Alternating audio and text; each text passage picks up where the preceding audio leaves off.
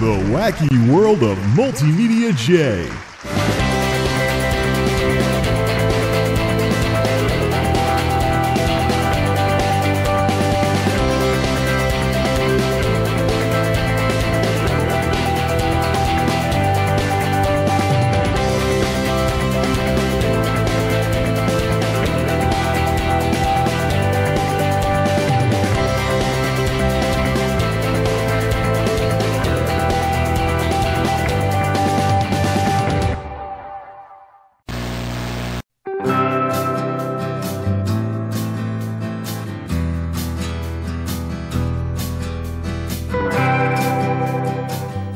With the great sift pretty much completed, and the parts bin down to basically computer parts and stuff like that that we can sort through later, there is but one thing left to do in this series and in the 10-year celebration. It's time to decommission the Dellasaurus. It's time for the finale. This machine is a Dell Dimension L566CX, powered by an Intel Celeron, like 600 megahertz or something. It originally had 64 megs of RAM. This was a low-end computer in the fall of 2000 when I first went off to college. When I went off to college, I of course had a computer and whatnot, and my dad was the last person in the family who wasn't online. And the relatives were egging the living daylights out. Oh, you're the only person we can't email! Oh, you're the only person who's not living in this century! Get yourself a freaking computer! Even your son has broadband at his college! Quit being stuck in the past! Join the rest of us in this new millennium! It hasn't exactly worked out, because email has kind of fallen by the wayside compared to social media and stuff like that, but ultimately, my dad finally caved. I remember getting letters from my uncle when I was in high school talking about what can we do to get your dad to break down and buy himself a computer. Apparently going to college was part of that. That would have left him as the last offline Jethro in the darn family. So he went out and he picked this up. I actually first used this thing on my Thanksgiving break as a freshman in college because I left my computer on campus because it was only a couple of days. But I got better at unhooking the computer and taking it with me to and from the campus when I went home for breaks and semester breaks and stuff like that. So that was the only time I really used this thing. Plus, by the time I came home for winter break freshman year, he'd moved this out of my former room, so I could have my room back for the semester breaks, and he had a computer desk out in the living room and things like that. This machine originally ran Windows Millennium Edition, and that actually, this drive right here is the original DVD-ROM drive that came with this thing, quad speed, as opposed to today's being 16. It has a volume knob and everything. Strangely enough, this thing still works. You know, with all the problems I've had with optical drives over the years and things like that, it still works. So my dad used this as his computer up until my junior year in college, senior year in college actually, when he started getting sick of Windows ME, like any intelligent human being would. So here I was, I mean, I used Windows 2000 and it was light years ahead of Windows ME. So finally, so as I was, you know, here's the thing, by the time this was going on, I'd already built the Silver Bullet, my first ever homebrew computer, built when the HP that was supposed to get me through college didn't. So ultimately, what we did was we gutted my old HP and this thing, and took the best of both systems, and I built a system for them that ran the best of both sets of hardware in an ATX case with a standardized power supply. And here it is. Pardon that old bucket is what I use for a trash bin around here. I gotta throw that out later. Here it is. I still have the case all these years later. Anywho, back to the Dellasaurus. This thing, of course, came to notoriety after, well, you know, Dad didn't have anything he could really use this for except as a doorstop. When he finally had a backup computer that was better than this thing, he's like, hey, you want my old Dell just to tinker around with? I was like, sure! Who would have thought that it would have generated such infamy on YouTube over the last 5 years? Almost 5 years. So, this machine is slow as molasses, has limited upgrade options, and is an overall piece of junk that might as well just be a doorstop. But for some reason, when I tried putting Windows 8 on this thing, it gained a cult following on here. And the harassment that I've dealt with about this thing has driven me to the edge. And now it's time to go over the edge and gut this thing once and for all. Certainly Dad's not going to want it back. Because he's long moved on from this thing. But it would be funny if I could fit some kind of joke system into here and bring it back to the folks' place and be like, what the heck are you still doing with my old computer from 15 years ago? It's got what in it? Another thing that I like about this computer is that it has aged extremely well. Like, nothing is yellowed. It has some scuff marks here and there, but we can always just, try and clean it a little better. But it has aged extremely well. Most beige boxes from homebrew computing and elsewhere during this time period, I've seen again and again, most beige boxes and whatnot, it just seems like they went all yellow and gross and stuff, and this thing is very close to its original color. It's barely even... I could probably just clean off all the plastic and make it look nice again, but it has not yellowed. It's just gotten some scuff marks here and there. Heck, I could even save this faceplate, get another optical drive for whatever joke system I put in here, and then make it look almost exactly like the original system. This thing still has, even has floppy drive and everything. I've tried all kinds of OSs on this thing, but I finally sounded the death bells for this thing when I realized that non-serial ATA components have lost the critical mass necessary in order to continue being sold at competitive prices. But this thing is very much perfect for a joke system, just like that HP that we gutted earlier. It's not necessarily the best system because it won't support all motherboard sizes. But let's take this thing apart and see what exactly we'll have to play with if we want to turn this thing into a joke system at some point down the road. Opening this thing is an absolute breeze. Like that. Got a little Foxconn power supply in it. Then this comes out like this. And we can get at the ribbon cables and everything else. You can see this power supply here. I don't know if it's specially designed or not, but I do want to save the hardware in a little bag and stuff like that. Now, the last hard drive, this thing originally had a quantum fireball in the back in the day. It used to have a quantum fireball, but this is the last Maxter 6Yo6 as I called them, because that's the kind of how if you get phonetic with the model number. This actually still works. These 60 gig drives I used to go crazy with in my systems. I'm just surprised one has lasted this long. But all good things must come to an end. It's not serial ATA, and it's probably over 10 years old at this point, so it's coming out. But there is a place to put a full-size desktop drive here. Some of this other stuff I'm not too keen on what it is. And I'm also not too keen on the mounting system. Is that something you turn with a pair of pliers in order to mount a board in here? What could I actually fit in here? Okay, well, let's let the gutting process commence. So you can get the motherboard out, the hard drive out, the power supply out, and just retain the hardware in a plastic bag for mounting things in the future. So I think this does have some potential. It just might require, I think, a micro ATX motherboard at the minimum in order to fit in here properly. Maxter Diamond Max Plus 9 60GB ATA 133 parallel ATA hard disk drive, manufactured in May of 2003, made in Singapore. I guess this is before the industry went to Thailand en masse. And this is why I call them 6Yo6. Here's the model number right here, 6YO60LO. It's probably 60L0, but I always just called them 6Yo6 because, it sounded kind of gangsta or something like that. Yo, yo, yo, 6Yo6. I'd better knock it off, because I got the street cred of the Pillsbury Doughboy. Ribbon cables out. Classic cost-cutting move. They mixed 40s and 80s because you didn't need 80 conductors for the CD drive.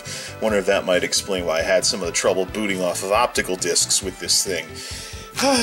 Something I will not miss. Hey, old Clunky just fired back up. Good, could use some more heat in here. It actually is getting close to winter now, And the motherboard is getting a little bit more...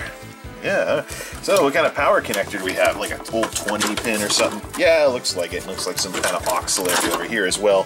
Might be proprietary Dell stuff as well, and things like this. So if I went off to the beach and I threw this into the water, and it washed around on the shore a bit as the tide came in, would it technically be a Dell rolling in the deep? Thank you, I'm here all week. Epic fail. Power supply is out. This is a Foxconn, again, corner cutter. There's no real grill here, they just drilled in the sheet metal. That's a cost cutter move, as is this, and things like that. So the Dell power supply for this thing capped out at what for a wattage? DC output shall not exceed 85 watts. Where is that? If you can get on the viewfinder, I just read it. Shall not exceed 85 watts. This thing really. The AC input, of course, is 4 amps and whatnot. Shall not exceed 85 watts. Interesting. But it still works, though, and it's still pretty solid. Could look inside this thing later. No serial ATA support and smaller components. Thing here is, do I see any signs of capacitor plague through this grill? No, I do not. This is contemporary to capacitor plague, but everything looks nice and flat in there. I haven't seen... So, you know, this wasn't really getting ready to burst or anything. I don't know what that white stuff is, though, between those two caps. But there's all kinds of weird stuff in these circuits and things like that. So that's the power supply. Now, the bracket, just like the one that came out of the HP, is unfriendly towards actual aftermarket supplies with a hard on-off switch. So a little bit of buzzing with the Dremel is in order to get regular power supplies to fit in this thing. However, if I do have my measurements right, and this thing does spin, if this thing does spin into place, like so, which I think once I put it back on its track, it will. Now this goes in like this, which means that the switch needs to be up top. So unfortunately, we have the... No. The switch needs to be on top, which means that unlike the HP, we can probably get the power supply to go in and have the intake fan sucking air off the power supply, which is what these cheap computers were made for back in the day. My HP did the same thing. The power supply fan sucked hot air off the processor, which is bizarre because that tells me, does this thing spin the other way? Or what does it do to the airflow? Whoosh, down like this, it comes out the side and the power supply fan sucks it out and away. Things like that. Speaking of which, no signs of capacitor plague in this thing either. I'm not seeing anything leaking out the top or any bulging. So, yeah, it may have been a crappy low-end system back in its day, but everything's still nice and flat. Interesting. Well, that makes the prospects of using this for a joke system all that much more interesting now that I know the power supply will actually be facing the right way if I put an ATX supply in here and find some way to get all the cabling to fit. Got some Lifehouse going on Pandora as I continue taking this thing apart. Well, it's better than Nickelback. I want to have some kind of knot rock, so to speak. Rock from the knots. Something else. I'm going to leave the drives in here so we can keep all the hardware in place here, but this I think we might be able to fit an SSD in there somehow. You know, put an SSD where the floppy drive was, or keep the floppy drive, or have some kind of replacement for the floppy drive that will actually, well, floppy drives have their own cables, but somehow keep the floppy drive. Could I hide an SSD on there or something? It's just, oh, the possibilities here. You know, this thing I think might have room for a joke system. It just depends on how the mounting of the motherboard works with these things. Will they fit a standard micro ATX board? I might have to be careful with that. Let's continue disassembling this thing. The RAM is not original, by the way. I capped this thing up to 512 megs. This is the SD RAM, most likely. Is it? Yeah, look at that. Crucial. My very first, let's line them up, man. My very first Crucial Technology RAM upgrades that I ever bought, originally from my HP, took the same SD RAM as the Delosaurus, so we ultimately upgraded the Delosaurus to 512 after I dismantled the original HP. But there, look at the new, the old logo and everything. This is 256 meg, 100 PC100 SD RAM, way back, 15 plus years ago. So different notches, different everything, rock solid. Never had a problem with this Crucial stuff. I've actually had more of a problem with the so-called high-end RAM with the heat spreaders and stuff than I ever had with Crucial sticks. So as long as I ordered them first party and not through a reseller. But anyways, very interesting. Now we look over at the motherboard connector. There's the CPU fan, formerly This might be a problem because the control panel, I don't know how the wiring is. We may have to hack job that a bit in order to get it to work with a motherboard connector that way. But we're getting down to the brass tacks in this thing, but wow, man, my first RAM upgrades ever. SD RAM. I am probably never working with an SD RAM system ever again. So, plus, it's still out there if you want to buy it. So, cast latency 2, 100 megahertz RAM. Oh man, the Knots called, they want their RAM back. Whatever. A creative sound card with those classic 3 minis. The green, blue, and the red for speakers, line-in, and microphone respectively, going with PCI and stuff like that. Creative technology, CT5807, nothing too exciting, probably on par with the Sound Blaster PCI 128 that was originally in my HP, but look at how shiny those contacts still are, all these years later. Of course, this is, of course, back when there's front panel headphones, special connectors for things like the CD audio, had an analog cable that got noisy, auxiliary, and some other stuff as well, even extra speakers or something if you want to have an internal speaker in this thing. Sound cards were very different back in those days, as you can imagine. Network card, or a NIC, network interface card, from back in the day, PCI, back when these things were add-ons because broadband wasn't very, very common in those days. This thing did come with a modem at one point. I don't think the modem was part of the motherboard, but I did take the modem out at one point. That's all we're down to is just the motherboard, but here's the old network card. Don't think I'll ever have a use for this ever again. One thing worth noting, I don't think that clock battery ever went dead. So, 15 plus years, and the thing never reset to 1980. I may be forgetting something here, but again, with the lack of capacitor plate, look at everything all flat and everything like it's supposed to be. And all that lovely stuff. This thing works! It does! Like a champ. Problem is, it's just so old it can't do anything anymore. What a pity, you know? I hate e-waste, I really do. But sometimes you gotta call it with some devices. Check it out, a jumper! Don't even know what that was for. I could probably look it up in a manual or something, but check out that jumper. It's from back when jumpers were still a thing with these boards. They were on their way out by the end of the 90s, but you can still find a jumper or two here and there. A couple extra connectors for fans, some proprietary stuff. Itty bitty Foxconn fan for the processor. But despite it being really small, the RPMs weren't too high because this little thing didn't need a lot in order to cool it. Now, it's time to grab the needle nosers and figure out what the story is with these things that the motherboard is mounted with.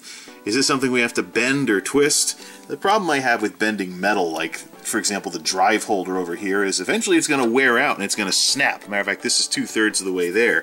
So, not a very good mechanical solution, obviously made to break, but that's what got people to buy new computers, is when they artificially broke for completely arbitrary reasons. Next step, we remove the motherboard and see what proprietary shenanigans Dell was playing back in those days. The board is out, and now we can see just how crappy this computer really was, because somebody at Dell thought they were being clever by using non-standard mounting hardware for these things. And this is actually what it was. So I actually broke a RAM socket trying to get those stupid tabs off of there. And here's what we had. Here's what they were using back in those days. They had these stupid little posts which probably conduct. They have these stupid little posts which probably conduct, and then just that little thing around the top, that little, I can't even focus on it, that little nub right there would get turned around to keep the board from rattling loose inside this thing. No. Brass risers, that's too ordinary. We gotta show how clever we are with something like this, which really casts some doubt on what it's going to take to ever mount another motherboard in this thing again, because now we gotta find something mechanically that can go. Do these things come out? Are they like oversized paper clips or something? No, well, something in that respect, but they're not very secure. There was a problem with compacts at the time where they tried to be clever and it didn't work out, and motherboards were shorting against cases, which, as you can imagine, is not good. So do these just like come like this and then come out? Ah, nope. And I really don't care, because it just goes to show just how people wasted. I mean, how much engineering dollars did they spend on this proprietary system? You know, this proprietary system when brass risers were more than adequate everywhere else. I mean, how can I mount another board in this now? Now, how can I mount another motherboard in here? How can I replace these with standardized brass risers when you have these square holes like this? It would take some poking around with some mechanical stuff in order to maybe get this to work, and it has to be something that doesn't conduct. Which sucks. Really makes these things... It really kind of dims the prospects of this thing ever being used for anything ever again. And, you know, as I rattle around with these, you'd think that they would maybe like press through or something, but I might have to take the other panel off or get some service literature on what exactly these things were for. But again, this overemphasis on bending metal too many times is just, yeah, oh, there we go. Yeah, see that? See that right there? Now we're losing the thing that holds the, yeah, look at that, that's about to come off. Now we're losing the very thing that held the hard drive in place all these years, because they cheaped out, they didn't use proper mechanical connectors, and then I should totally scrap this thing. I really should. They had to try and be clever and use proprietary crap like this that was over-dependent upon let's bend metal to hold something in place. Never mind all that brass riser stuff used all kinds of other places. One good thing about this computer, though, I think the I/O shield actually comes out. Woohoo! The other one was a bit of a thing. There's a little bit of fabric on the back. Interesting enough. Looks like there was room for something else back in the day that wasn't used in this one. But yeah, the I/O shield will come out. The thing we have to figure out if we ever want to put anything in this computer ever again, what can we replace those things with? I gotta see if it's possible to get one of those things to come out by twisting it or pulling it or something. Drive holder is off after 15 plus years of being bent back and forth instead of a proper way of mounting a hard drive.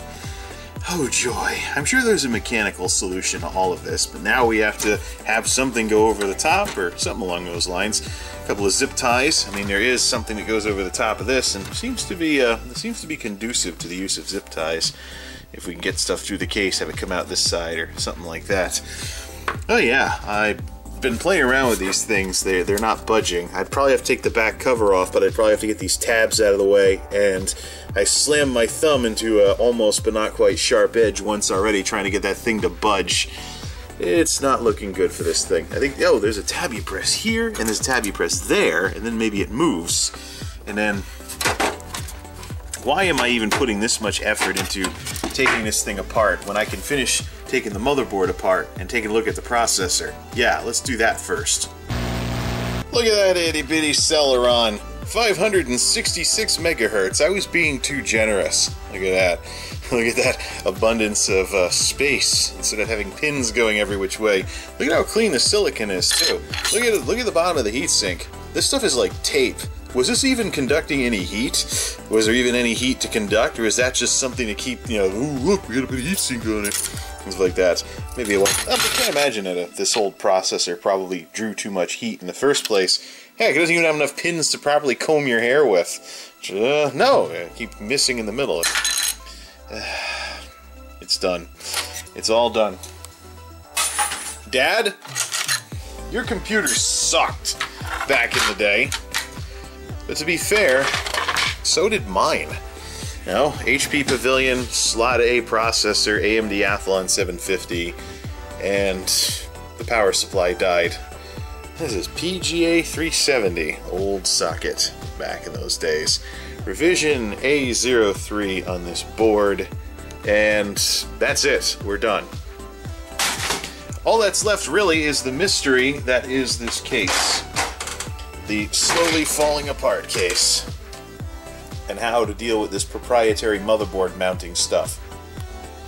But this is a mystery that I will save for another day, because it looks like the HP is going to be a joke system long before the Dellasaurus is.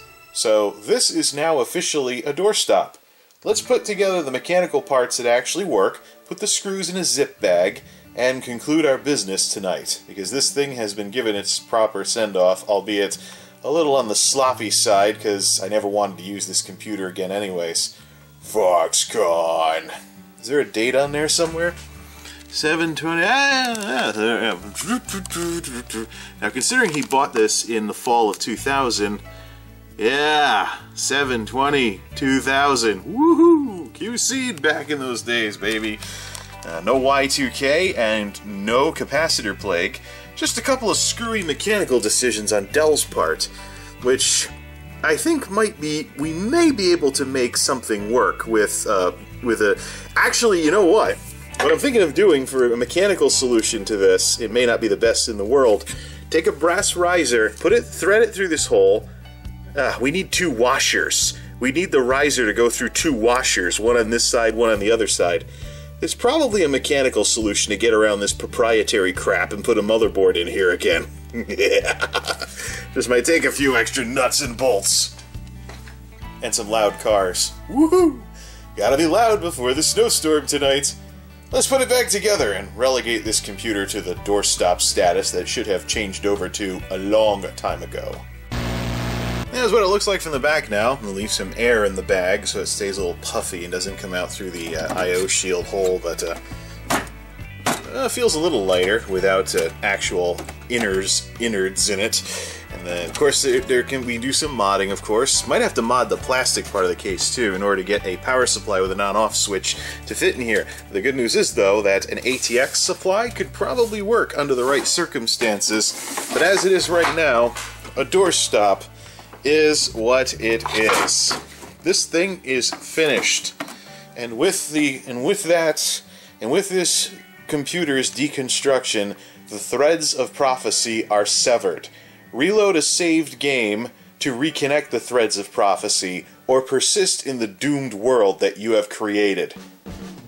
Morrowind fans will get that inside joke. For the last time, let's take the old Enermax power supply and bin it with the rest of the Great Sift stuff for the Great Sift trip coming up at the end of the month. I also think this Maxter drive, seriously. But then again, it's not dead yet. Maybe I should finish it off before binning it. We'll let it sit around for a while. The I/O shield, bin, and that ends the Dellasaurus as you've come to know it over these years. So in a sense, there will never be another Delosaurus video. This thing is now a shell of its former self, quite literally, and if history doesn't repeat itself in the next couple of weeks with the 9 to 5 and other stuff, there may be a chance that at some point we could put something newer inside this thing, maybe even bring it back over the folks' place and surprise them with a actual decent system inside this venerable old relic, which has aged quite well, I might add. And this concludes the Wacky World of MultimediaJay 10-year celebration. We shall end with a montage of highlights from the year, set to the theme music of 2016. When I will return, I don't know. I've been thinking lately that it might be best for me to take a step back and take a breather from all of this stuff before proceeding with beyond 10 years. See how things sort out the 9 to 5, see if history doesn't repeat itself, and maybe try some other types of videos for a bit, or some other series that are no longer side series. But this concludes the Wacky World of MultimediaJay 10-year celebration for 2016. Thanks for watching, folks. Have a safe and happy holiday season. I don't know when I'll be back, but you can bet that if it's possible for me to continue this stuff, I'll find my way back somehow. I also have some 10-year celebration stuff to finish up on Dailymotion as well, with the Classics series for 2006. During the interim, I think I will probably do some of that, as well as play some more ESO, darn it. I haven't been playing it enough, and I certainly haven't been making enough gaming videos of it over on Twitch. There goes old Clunky reminding me to stop waxing eloquently here and conclude this series. Thanks for watching, everybody. This concludes the 10-year celebration of the Wacky World of MultimediaJay. This is Jay, aka MultimediaJay, signing off. Thanks for watching all these years, and thanks for stopping by.